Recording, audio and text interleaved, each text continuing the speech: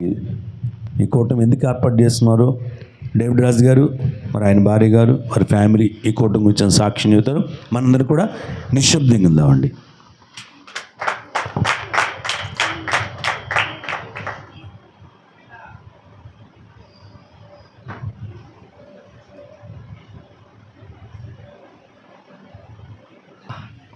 అయ్యగారికి, అమ్మగారికి నా వందనాలు. ఇక్కడ కూడి ఉన్న విశ్వాసులు, సేవకులందరికీ కూడా నా వందనాలు. నేను చెప్పబోయే సాక్ష్యం ఏంటంటే, నా పేరు దేవునిలో రాకముందు నాగ సతీష్. అయితే నాకు 2017 3 నెల 17 తారీఖుని మ్యారేజ్ అయింది. 2018 జనవరిలోని నాకు చీకటి పట్టింది. చీకటి పట్టినప్పుడు నేను చాలా ఇబ్బంది పడిపోయేవాడిని. ఇబ్బంది పడిపోయినప్పుడు ఎప్పుడు కూడా శోధన అనేది ఎలా వచ్చేదంటే, ఎప్పుడు కూడా చనిపోవాలి అంటే బండి మీద వెళ్ళినప్పుడు కానీ దేనికన్నా సరే చనిపోవాలని ప్రేరేపణ నాకు చెవుల్లోనే ఎక్కువగా వచ్చేది. చాలా ఇబ్బంది పడిపోయేవాడిని. అయితే ఎలాగా అంటే రోజు రోజు కూడా నీరసించిపోతున్నాను, కానీ ఏమైంది అనేది కూడా మా ఇంట్లో వాళ్ళకి ఎవరికి కూడా తెలియలేదు. అయితే అందరం కలిసి బీచ్కి వెళ్ళాం. బీచ్కి వెళ్ళినప్పుడు కూడా అందరూ ఒకటి దగ్గర నేను మాత్రం చనిపోవాలి అనే ప్రేరేపణ ఎక్కువైపోయేది నాకు. అయితే ఎన్ని రోజులు చూసినా సరే తర్వాత మా అత్తయ్య గారు చూసి తనకి పరిస్థితి బాగాలేదు, ఏమైందో ఒకసారి చూపించండి అని చెప్పినప్పుడు మా నాన్నగారు, మా అన్నయ్య గారు నన్ను వేరే భూత వైద్యుడి దగ్గర తీసుకెళ్ళినప్పుడు ఈ అబ్బాయి పరిస్థితి అయితే అసలు ఏం బాగాలేదు, వీలైనంత వరకు మీరు బాగు చేయించుకుంటే కుర్రోడు మీకు దట్టుతాడు అని చెప్పేసి అన్నారు. అయితే నేను వచ్చి ఎన్ని పూజలు చేయించినా సరే ఆ 2 రోజులు మాత్రం రికవర్ అయ్యేది, తర్వాత నార్మల్గా అయిపోయేది. అయితే నా తల్లిదండ్రులు కూడా నన్ను చూసి ఎంతో బాధపడేవారు. బాధపడినప్పుడు దురాత్మ శక్తి కనిపించినప్పుడల్లా కూడా ఈ కుర్రవాడిని నేను వదల్లో, నేను తీసుకెళ్ళిపోతాను అని చెప్పేసి ఎంతో చెప్పేవారు.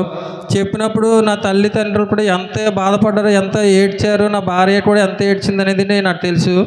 అయితే నా తల్లిదండ్రులు అయితే ఒకటే అన్నారు, ఎంత డబ్బు పోయినా సరే నాకు కుమారుడు బతికితే చాలు అని చెప్పేసి ఒక పాడేరు గుంపేట నుంచి అభిరామ్ అని ఒక ఆయన్ని తీసుకొచ్చారు. ఆయన ఎంతో పూజలు చేసి ట్రిప్కి ఒక 50,000 అలాగే తీసుకునేవారు మా దగ్గర నుంచి. అయినా సరే మాకు రికవర్ అవ్వలేదు. రికవర్ అవ్వకపోతే నేను వచ్చి రోజుకి నా గడియలు దగ్గర పడిపోతున్నాయి. దురాత్మ శక్తి నాకు రోజుకి ప్రేరేపణ ఎక్కువైపోయినప్పుడు అప్పుడు విజయవాడ తీసుకెళ్దాము, ప్లేస్ మారితే కుర్రోడు బాగుంటాడేమో అని చెప్పేసి అందరూ చెప్పారు. చెప్పినా సరే విజయవాడ వెళ్ళాను, కానీ అక్కడ కూడా ట్రైన్లో నా భార్యను తీసుకెళ్ళినప్పుడు నా భార్య ఎంతో బాధపడింది. అయ్యి నా భర్త ఇలా అయిపోతున్నాడు అని చెప్పి నన్ను చేసుకున్నందుకు కూడా ఎంతో బాధపడింది.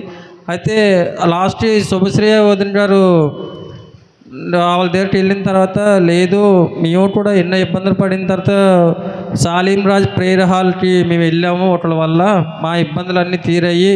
అయితే మీరు కూడా ఒకసారి వస్తే మీ ప్రాబ్లం కూడా తీరుతుంది, సైతాన్ శక్తి నుంచి మా మరిది బతుకుతాడు అని చెప్పేసి చెప్పారు. చెప్పిన తర్వాత అయ్యగారితో ఫోన్ చేసి ప్రార్థన చేయించుకున్నప్పుడు అయ్యగారు మళ్ళీ చెప్తానని చెప్పేసి మళ్ళీ ఫోన్ పెట్టేశారు. ఫోన్ పెట్టినప్పుడు తర్వాత మళ్ళీ ఫోన్ చేసి, అమ్మా మీ కుమారుడికి పట్టిన దురాత్మ శక్తి చాలా పవర్ఫుల్ అయితే ఆయన చనిపోయిన అంచనాలు కూడా అయ్యగారు మాకు ఫోన్లోనే, అంటే నన్ను కూడా చూడలేదు, జస్ట్ నార్మల్ ఫోన్ కాల్ ద్వారాగా అయ్యగారు ప్రార్థన చేసి మొత్తం ఆయన డీటెయిల్స్ మొత్తం చెప్పారు. అయితే నా తల్లిదండ్రులు కూడా అన్నారు, అయ్యా నా కుమారుడు ఎక్కడున్నా సరే ప్రాణంతో ఉంటే చాలు, ఎందులో ఉన్నా సరే నా కుమారుడు నాకు దక్కితే చాలు అని చెప్పేసి నా తల్లి, తండ్రి, నా కుటుంబ సభ్యులు అందరూ కూడా అయ్యగారితో మాట్లాడారు. మాట్లాడిన తర్వాత నేను చాలా రోజులు బాప్టిజం అనేది తీసుకోలేదు.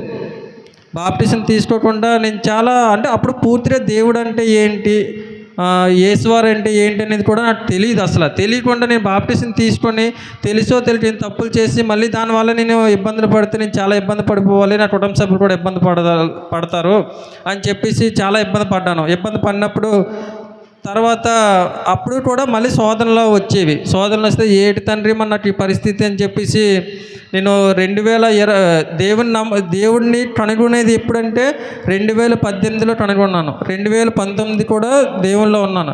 అయితే ఈ శోధనలు మానట్టు పోవట్లేదని చెప్పేసి 2020 3వ నెల విశ్వాస కోటాలకి నేను బాప్టిజం అనేది తీసుకున్నాను. తీసుకున్న తర్వాత ఆ దురాత్మ శక్తిని యేసువారు పాతాళానికి తొక్కివేసి నన్ను సజీవ సంఖ్యలో నిలబెట్టి నన్ను ఇప్పుడు మీ అందరిలో ఇలాగ సజీవ సంఖ్యలో ఉన్నాను అంటే అది యేసువారి కృప. అయితే అయ్యగారు అమ్మగారు చేసిన ప్రార్థన వల్లే నేను ఇప్పుడు ఇలా సజీవ సంఖ్యలో ఉండగలిగాను. అయితే ఇప్పుడు ఈ కూడటాన్ని నేను ఎందుకు పెట్టుకుంటున్నానంటే సజీవ సంఖ్యలో నిలబెట్టినందుకు యేసువారి కృతజ్ఞతగా నేను కూటం పెట్టుకుంటున్నాను. ప్రతి సంవత్సరం పెళ్లి రోజుకి నేను కూటం పెట్టుకుంటానయ్యా అని చెప్పేసి యేసువారి దగ్గర అనుకున్నాను. అయితే ఇంకో మాట ఏంటంటే నాకు సంతానం లేక నేను చాలా ఇబ్బంది పడుతున్నాను. అయితే నా కోసం, నా కుటుంబం కోసం, నా సంతానం కోసం మీ అందరూ ప్రార్థన చేస్తారని అడిగి వేడుకున్నాను. అయ్యగారికి అమ్మగారికి నా వందనాలు.